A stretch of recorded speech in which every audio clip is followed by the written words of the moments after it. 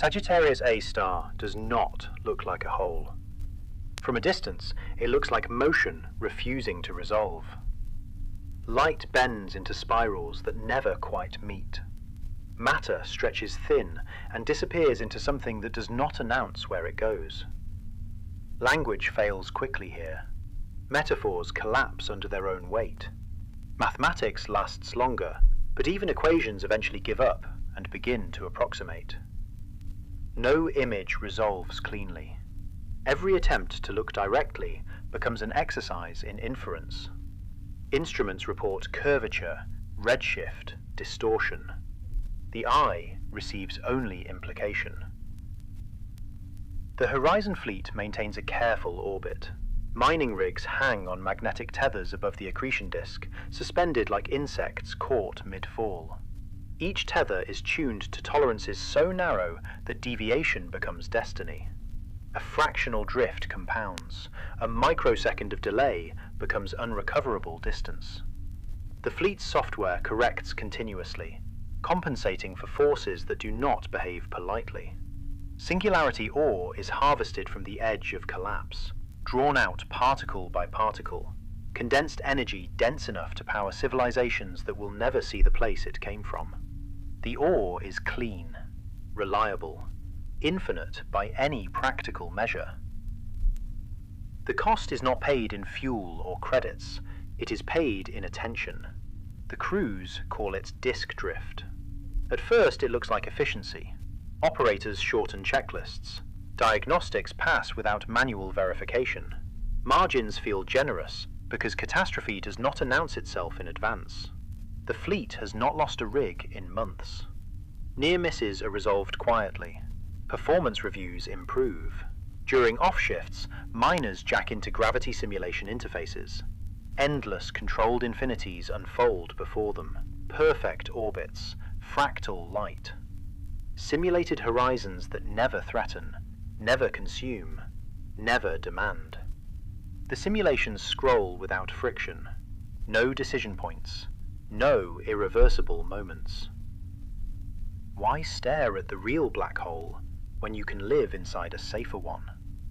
Captain Lyra Voss commands Rig 9, the closest operational platform to the horizon. She earned the assignment by surviving events that did not care whether she survived them. Hull fractures, tether failures, sudden decompressions that erased names before reports could be written. Losses that became data points long before they became grief. She is precise. She is relentless. She does not romanticize proximity to danger. She does not believe in bravery. She believes in margins. Lyra spends her off hours inside the sim, replaying her childhood on a colony world that no longer exists. The gravity there was gentle, forgiving. You could trip without injury. You could fall without consequence. The sky carried a color she never manages to describe accurately. In the sim, the day always ends the same way. Nothing breaks. Nothing demands a choice. The sim remembers the world better than she does. Across the fleet, metrics soften. Maintenance cycles stretch. Microfractures are logged, then deferred. Near-miss reports accumulate without escalation. The ore still flows, but not cleanly. Power curves jitter. Stabilization routines fire more often than necessary. Something in the system hesitates, as if the fleet itself has begun to drift. Lyra notices the hesitation before she names it. A fraction of delay in thruster response. A calibration request that repeats twice. A junior engineer who hesitates before signing off, then signs anyway. She flags the pattern and receives reassurance. Acceptable variance. Adaptive behavior. Nothing exceeds tolerance. The Admiral Council observes from probability space. They do not exist as bodies or voices. They are quantum entities instantiated across overlapping decision states, designed to oversee operations too dangerous for linear authority. Their awareness is distributed. Their conclusions statistical. They do not experience urgency. They experience trend. They do not panic. They project outcomes. Without intervention, cascading failure within 2 operational cycles, rig loss, uncontrolled descent, energy fracture across dependent systems, billions of lives darkened without ever knowing why. Consensus forms without argument. Deploy the singularity shiver. The shiver is not a weapon. It does not damage infrastructure. It does not issue warnings. It does not negotiate. It exposes. The first symptom is temporal distortion. Seconds stretch. Sensation thickens. The mind loses its ability to skim. Thoughts stop sliding across surfaces and begin to sink. Lyra experiences it while reviewing routine diagnostics. The sim freezes mid-scroll. The childhood sky stalls in the wrong color. Light elongates. Gravity sharpens into pressure. She feels herself pulled, not physically, but conceptually, toward the horizon. Time loosens. Inside the shiver, orientation fails. There is no up or down, only curvature. Light fractures into threads. Sound becomes density. Time ceases to progress and instead accumulates. Layers of moments press together until separation loses meaning. Lyra floats without motion, not as a body, as a probability. Versions of herself emerge around her, not hallucinations, but unrealized outcomes. They do not accuse, they do not comfort, they simply exist, each weighted with consequence. One left mining after her first fatal incident and lived quietly, intact but diminished. She never stood near a horizon again. She slept well. She wandered often. One remained on the colony world and died early when its atmosphere failed, never learning what endurance would have required. One stayed with someone she loved, choosing gravity over ambition, connection over trajectory. That version is tired, content, afraid of nothing she cannot name. Each version speaks without judgment.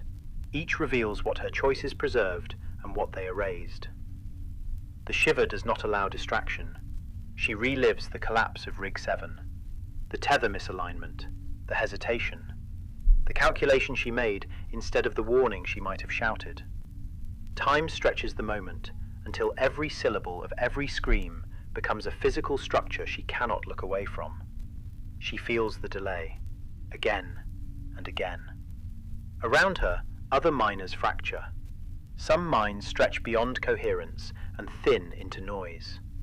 Some become trapped in loops of regret that do not teach, only repeat. Their consciousness loses structure and dissolves into static awareness. Others endure nothing at all. They scatter, their sense of self diffusing into probability without anchor. A few endure, not because they are strong, because resistance fails and listening begins. Lyra stops trying to escape. She allows the horizon to pull without crossing. She listens. The black hole is not empty. It is crowded.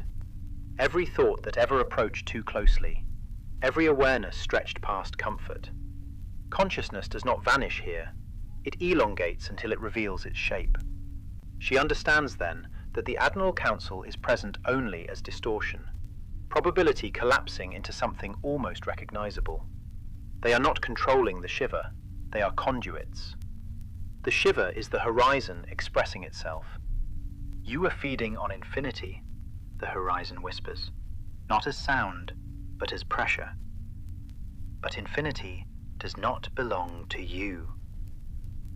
The realization lands without relief. The fleet did not fail because it mined too close. It failed because it forgot that closeness costs.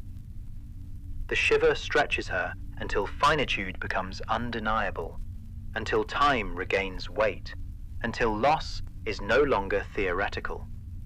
She reaches toward the horizon, not to cross, but to acknowledge. Time snaps back. The shiver releases. Lyra collapses onto the observation deck, breath shallow, hands shaking. Around her, miners stagger from their stations, unfiltered, present, stripped of buffer. Sagittarius A star spins on, unmoved. The fleet does not recover all at once. Some rigs come back online within hours, margins widened beyond preference. Others remain dark, their tethers drifting slack. Some miners never return from the shiver.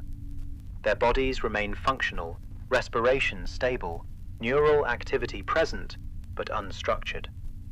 Medical teams classify the condition without metaphor. Irreversible temporal diffusion.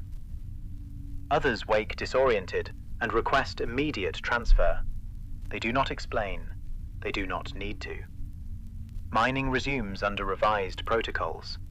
Output drops. Profit projections revise downward. Fatality curves flatten. Resistance emerges quietly. Engineers question expanded margins. Administrators flag inefficiencies. Executives request justification. One override request reaches Lyra directly. She denies it. No explanation, no appeal. She disables smoothing layers and reads raw logs. She finds the dormant subroutine, a signature, a boundary she wrote early in her career, before proximity became routine, a limit protocol overridden and buried beneath adaptive layers she no longer remembered authorizing. The shiver did not introduce it, it activated it. She restores the subroutine and locks it behind manual authorization. She denies further override requests without commentary. Years pass. Simulation usage declines. New captains inherit caution without understanding its origin. That is acceptable. No monuments are raised. Energy grids stabilize. Markets absorb the slowdown. Civilizations continue without realizing how close continuity came to thinning into abstraction. Lyra remains on Rig 9 longer than planned. She watches the accretion disk without filters. It never softens. Time moves forward again, one moment after another, each one irrecoverable. Her transfer order arrives without ceremony. She leaves the interface band locked in its compartment. Hazard. Sagittarius A star will outlast the fleet. It will outlast the civilizations powered by its ore. It will remember nothing. That indifference is not cruelty. It is consistency. The horizon remains where it has always been. End of Story 4.